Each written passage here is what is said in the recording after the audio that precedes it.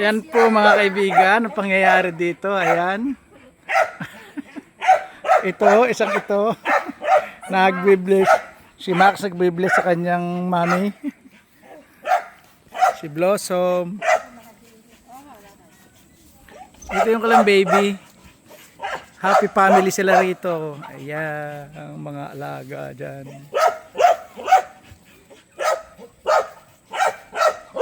Wala akong dala.